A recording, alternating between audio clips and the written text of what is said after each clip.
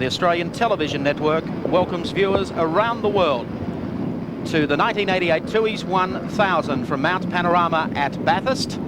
The pace car pulls into the pits, and for the first time in history, we're about to have a rolling start to Australia's great race. Dick Johnson, John Bowe.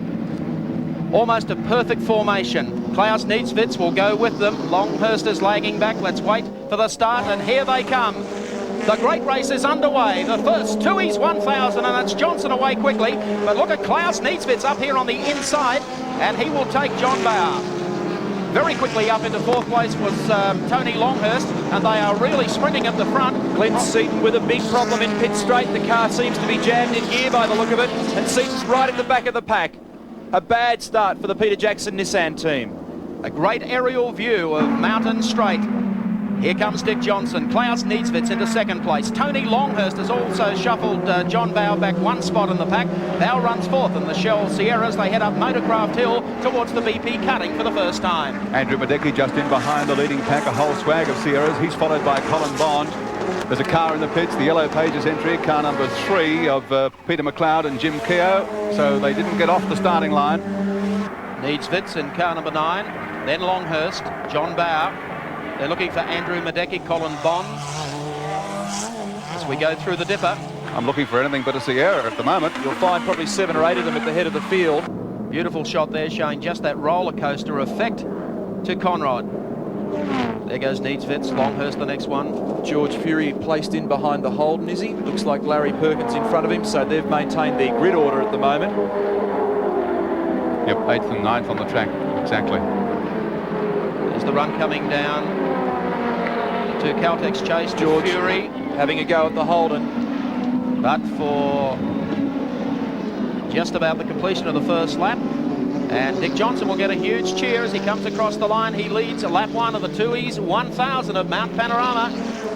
Tricky Dicky in front, clear of Klaus Niedzwitz and Tony Longhust. It's a Sierra benefit at the moment. We expected that. Well, a disaster in the pits. It's a turbocharger problem by the looks of things, and this is one of the teams that I certainly thought would be right up there all race long. Soper and Meidecke, both very evenly matched drivers, both very quick, and as you can see, disaster. There's hands all over the place, and there's no boost with the car. That's the problem. Klaus Niedzwitz at McPhillamy Park, and just watching Klaus, he all looks fairly gentle at the moment. He's back to second gear through the S's. He's not working the tyres too hard. He's probably tending to just load the car up a bit under brakes and not stamp on the gas pedal. If you've got enough eyes, just watch the road, the hands, the feet and the wheel all at one time and just see the action. A little bit of heel and toe back to first gear through the cutting. He's very good through these bends, but I don't think he's revving his car. No, listen to it. Let's listen. No, he's not revving the thing's head off. So that's where Dick's making the ground down the straight. Klaus is making up a bit of ground under brakes and through the turns. We have Tom Walkinshaw coming into the pits at this very moment in car number 20. So he has problems. I think he's got a tyre scraping on the body. They're working on the right rear of the car. The man that successfully engineered a Jaguar win at Le Mans this year, a former European Touring Car champion, winner at Spa. So it is in fact a tyre that's fouling on the body that's caused all the drama. It's the left side, I believe. It's where they're doing the work at the moment. This is the car, this is a brand new car. Oh, they've dropped the car, the nut's not on. Goodness me. This is the car they air freighted from the UK. Some frantic work there. One thing Tom Walkinshaw hates, it's sloppy pit work. He's gone out in 43.3 seconds. Oh. And a crook start to the race for Tom. Oh, the right-hand rear is still fouling. Well, that's happened when they've dropped the car. Oh, shredding. He's going to be lucky to make it around the track. He won't. The tyre's shredding. Look at it. Oh, goodness me. Something's collapsed at the rear of this car. This has happened when they've dropped it off the jack. There'll be some soul searching in that pit area, Bay, when Tom returns to the pits, if he makes it. Oh, it's gone. Goodness There's one me. tyre. He's popped one, and Tom says that's enough. He's out of business. Well, this is an absolute tragedy for Walkinshaw, one of the absolute thorough professionals. Oh, goodness me, out Ulf Granberg. Inky Tulloch cross-entered in that car from New Zealand. So, problems with the Swedish Sierra. He was laying in 8th position. Here's the scrap for second as Tony Longhust makes a dive on the inside. to the hump in Mountain Straight. Needsvit's under pressure, and the B&H car has gone through to second. Good move from Tony Longhust. So Grice continues running 8th. Oh, well, sorry about that. That cross. I hope we weren't the cause of that. He got a problem for sure. Coming much earlier than expected. Pouring plenty of cold water on the radiator at the moment. Gee, that's bad luck, Gary. Sure is. 15 laps in the race gone, and they weren't scheduled to be in for their first stop for at least another 15 to 20 laps. Meanwhile, let's go to our Caltex CXT replay as we see Peter Brock coming up here on the inside. Oh, Hearing me, that he said, I want you to follow me across McPhillamy Crompton. I'll show you how to do it. I think I might throw that out the window. He was lucky to get through the sand trap there and not get bogged. Oh! How can you have a lose halfway down Conrod? It's the number 17 car. It's Johnson at the wheel. He's tapped the fence. And John Bowe goes through, looks over his shoulder, can't imagine what's happened. There must be a huge problem with the rear end of the car. He's had a lose at 260 kilometres an hour. His pit was ready for him. and he's been able to get it underway again. He's had a puncture. Before he went off the racetrack, he was 7.8, almost 8 seconds clear of Tony Longhust. All of that has now evaporated. That's the second Sierra in a couple of days to explode tyres at high speed. Here's another fellow who's trying to dig it out. That looks like Phil Ward. Yeah. There must be gold in them there hills because everyone's been putting them into the bunkers. It'll take him a long time to dig it out by hand. It's going to take an awful long time. I guess we better reaffirm that Tony Longhust is now the race leader. Klaus Needsvits is in second place, and John Bowe holding down third in the second of the Shell cars. And I think it's time for another Caltex replay. How did the Merc get in the sand? Whoops, he's got it loose. Oh, Wardy's really out of shape here. Oops, almost, yes. Almost, she went right over Phil Ward. So Johnson now just coming through the entrance to the pit lane. The Motorcraft pit report, he's arrived. They'll crawl all over the car, but they'll be starting to look pretty favourably in the 28 car, I reckon. Starting to look good now. John Brady, take it away. The motor's off. It's a serious problem, obviously, because they've got it jacked up. It could be those CV joints. They've got them standing by. Neil Lowe talking to Johnson, and really quite a worrying time here for the man who was leading the race not very long ago. Johnson getting out of the car. This is for the lead in the Tooheys 1000. Tony Longhust of Queensland in the Benson and Hedges Sierra being tailed by Klaus Needsvits in the number 9 ANZ Sierra.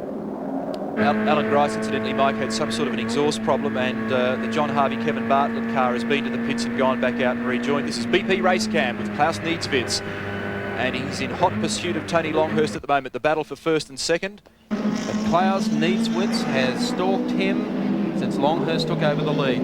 The gap is only minimal, less than half a second. They've got a 24-second break on the third car in the race, which is the 28 Shell car driven by John Bowe. So they've opened up a very appreciable break at this stage of the race, but the lead could change here at any moment. So after a great swag of racing, these guys still locked in battle. Coming into BP cutting. Now Brock can get close to these two cars at the top of the hill. The picture should be fantastic as they come down to the dipper. Get close to him, he's going to eat him up, Mike. Coming up on the BMW. Will he take in the Commodore? This is the Murray Carter's Netcom Nissan, Sierra, I should say. Anxious moment here. See that Sierra picking up the back wheel. Now Murray waves him by. Listen to the gears. He elected not to go through the sand pit that time. That would be a terrifying ride from this angle, wouldn't it? Now 56 Peter Brock is in 6th place in the race, and the team car that Neil Crompton will be taking over from David Parsons, that's number 57, is 11th on the road. So they're still in this race with a big chance. Yes, Top of the Mountains provided plenty of action. Here's some more of it, captured by the Caltex replay. A little Suzuki. Well, even a Toyota, it's close. Toyota, is it? Oh, what a feeling. He repeats the performance here. Look at this. Mike Oliver and Mike Freeman. Go back. You are going the wrong way. They should have a big sign there, shouldn't they? Well, he'd be better off keep reversing. I wouldn't go back and try and turn it. Bad trouble for Peter Brock. He's in the pits in the number 56 Mobile BMW on lap 37. Coming into the entry to Caltech's chase, it appears he might have got a wheel off the circuit, has hit the ripple strip and probably ruptured the sump. Well, someone lost a wheel or a tyre coming down Conrad Straight, and I was just sitting behind some traffic there, and the bloke in front just dodged out, and lo and behold, here's a tyre sitting on the road in front of me, and I'm doing about 250 kilometres per hour, and went straight over it. I mean, happened to split second, and it's knocked out the oil cooler, so the guys will try and bypass it, I guess, and we'll just get out there and see what happens. There's Colin Bond in car number 4, the Caltech's Sierra. But I know the pace car about to go out on the racetrack. But in the meantime, we'll pick up the incident for you. At the Bond beneath Tooheys Bridge and heads over the top of Mount Panorama. Let's have a look at our Caltech CXT replay. Uh-oh. Pow, straight into the concrete wall. But that gave the cameraman a fright. He's back behind all that protective meshing. Trying to spot who it is. Hard to pick, but I'd say... Might be Garry Rogers. Here comes the pace car into the pits. We're ready to go back and racing. Interesting to see whether or not Larry Perkins ducks into the pits as well. Spectators stand on the banks and start cheering because we have the great race underway again. A green flag is out. And forget the order of the field across the line because Allan Moffat is still your race leader in car number 9. Second place being held by Tony Longhust. The 45 Armin Hana Robbie Francevic Sierra is running in 3rd place. Then Larry Perkins in 4th. Then the remaining Dick Johnson number 18 car back there in 5th spot. And the 6th car going through there is Colin Bond in the Caltech CXT Sierra. There's the 16 car, the Starion, Gary Scott, and the Japanese driver Nakaya in 7th position on the track. A very commendable effort, you know. Dick Johnson started here with 3 cars. 2 down, 1 to go. Some electrical problem. Not a happy little Vegemite at this juncture. No, and good reason. There's Thomas Mezera. Last minute word from Tony Longhust. Car number 25 rejoins the race, running in 3rd position. Also in the pits at the moment, there's Alan Jones, Australia's former Formula 1 king. Oh, and they've got a few problems here. No, that's not bleeding the brakes. That is a monster fuel leak. Now, we saw this earlier with some of the Sierras in the warm-up lap. You'll remember they were having fuel spill problems, but this is more than just a spill. This is a dead-set leak. They must have punctured the tank there. It looks as if the breather on the tank, they've had a problem with the valve, and they've overfilled it. It's coming out through the breather. And of course it'll go along now, spreading that round the circuit for a little while, which won't exactly please most of the marshals. Oh, there's our car, there's our 10th place car, and he's into the wall. Ray Lintott, who's just taken over the Everlast car, and it certainly won't. It's the old story of going out on new tyres and going too quickly too soon. Before they heat up. Yep. It's Finnegan. Finnegan and Kenny Matthews. That looks like little Ken, actually. I noticed as we go back to Walkinshaw that they're wheeling the mobile BMW away. The last of the mobile BMWs is going to bed.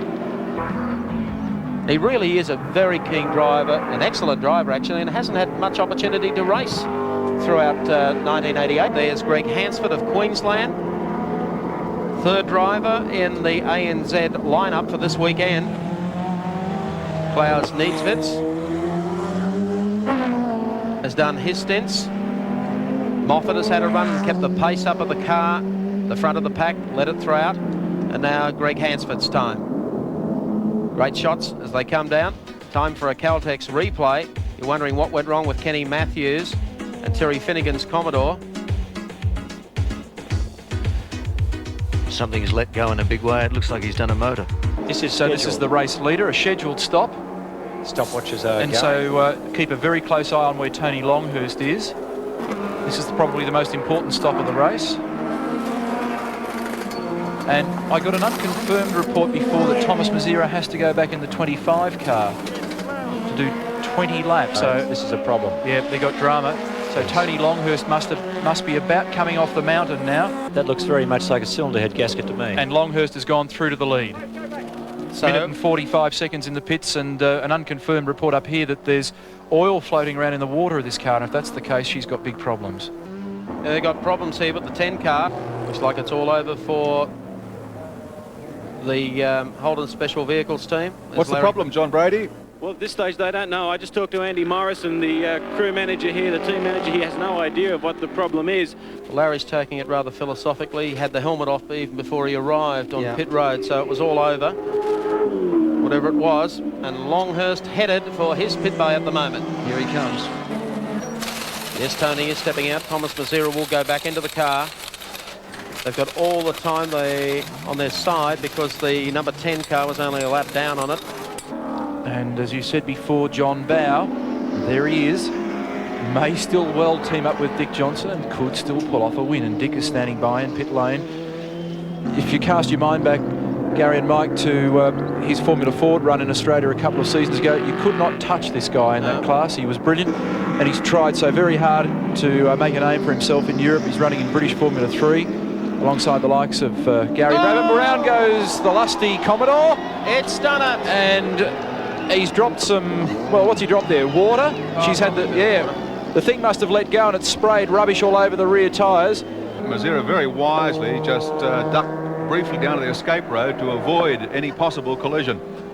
Smart thinking. Keep it all crossed, Tony. It's looking good for you at the moment. He's got the winning grin. As the last lap board comes out, the race has been going now for 7 hours and 1 minute. But who's counting? A heck of a day. Wait for the reaction. The Thomas Mezera, Tony Longhust and Frank Gardner.